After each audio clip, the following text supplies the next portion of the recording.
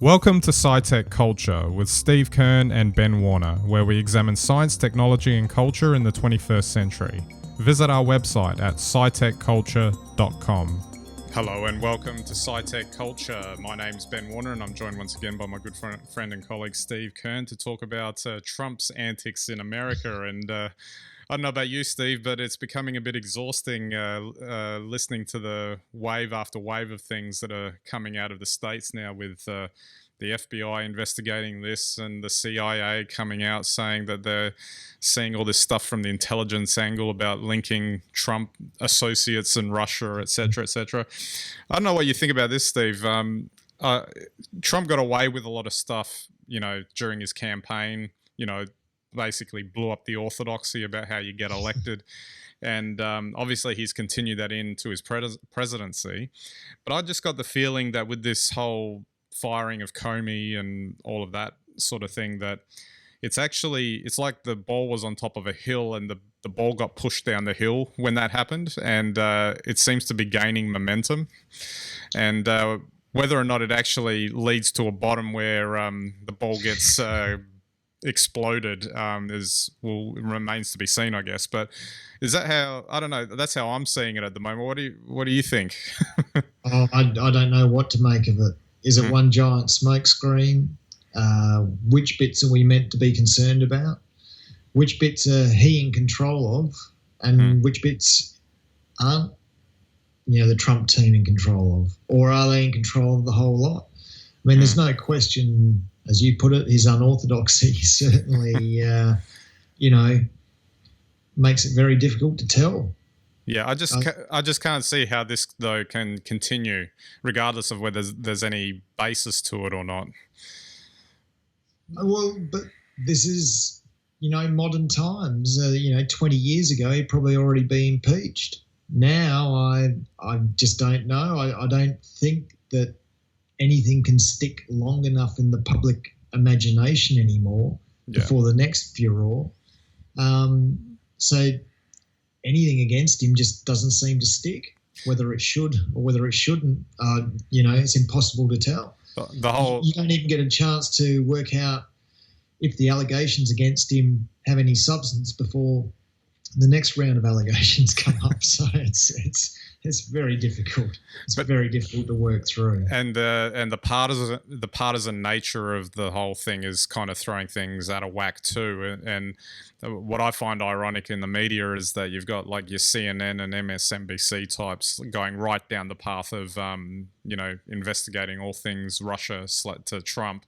And there was a rather amusing video that I watched on YouTube the other day where they were basically saying that, how dumb can you get? And they drew two dots on a white piece of paper and drew a line between them and said, Trump here, Russia here, because he was making it that easy to connect the dots. At least like they were saying Nixon at least used go-betweens. Trump's just coming out and saying what he's doing. And then on the other side, you got the Fox News crowd who are basically just fixated on this being a witch hunt and that the leaks should be investigated rather than Trump and all of that. And again, this is the danger of the echo chambers people are in, because one side's not going to listen to the other side or whatever. You don't know what's going on. So this is truly polarized politics. I mean, I don't know that I'd call it a witch hunt, but there are definitely people who want to get Trump out. Yeah. And they have a vested interest in doing so. So, I don't know. Are they picking stories that have any merit or fact, or are they just picking anything at all and throwing it? Yeah. And I think Trump's doing exactly the same in the opposite direction. It's a complete mess.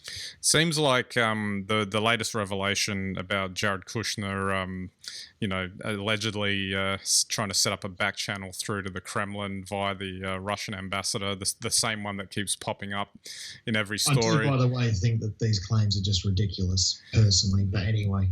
But even if that was even marginally true, it kind of gives the impression that there are definitely people, especially inside the intelligence community, that want to do something here.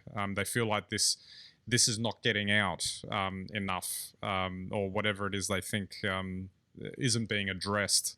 And that maybe whether they think it's misguided or not, that it should be out there for people to get onto. And then the irony, of course, is that someone like Kushner is trying to, if that's true, is trying to establish this because he doesn't trust, or that the team doesn't trust the intelligence community to give them the information that they want or that will support them doing what they want. It's just nuts, absolutely nuts, no matter which way you look at it. Yes, look, I'm a bit reluctant to comment on, even past US presidents. And there were some that sent their country to war for personal gain, which I would have thought was even more treasonous. But, that aside, whatever Trump is doing, I can't believe he's a puppet of the Russians. So, I mean, and how many conversations must world leaders have in private that we don't know anything about? So is this some sort of upfronted attempt to be open, which I don't believe it is either? Who can make any sense of it? Yeah, well, I mean, it just boggles the mind. It's great theatre, like I'm almost watching, funny enough, what seems like a reality TV show. But well, I don't know, it's reality even. I don't know. Yeah. Right? I mean, as much as, we've gone through the whole false news cycle and the Russian involvement in that and whatever else we're seeing, I think it's important to remember that the Americans invented fake news as tabloids. And they've been around since the 50s, and they made fake news programs like Entertainment Tonight. Yep. They look like a news program, but they're just entertainment news. Yeah, it's now where we are in the media cycle, I'm afraid all those things that people said 50 years about where we are headed have probably come true. I don't think it's Orwellian at all. I think it's just sunk to just farce. It's just become farcical. The whole lot of it. But the scary thing is, I think there are elements out there. I don't know who they are who are actually thriving on making it absolutely incomprehensible. Somebody will be advantaged by that, that's for sure. We'll continue to watch this story with interest. By the time we catch up again, it might have added another 10 or 12 layers to it that we didn't know about before. So, but as we said before, this could just be a big smoke screen and it's hiding something else that's in plain view. Yeah, absolutely. All right, we might wrap it up there. So don't forget to check out our website, scitechculture.com. You can get all of our links and content there and subscribe to our channels. I'm sure it'll all be good, and you can see all of our back episodes as well. All right, that's it for this episode. We'll catch you next time.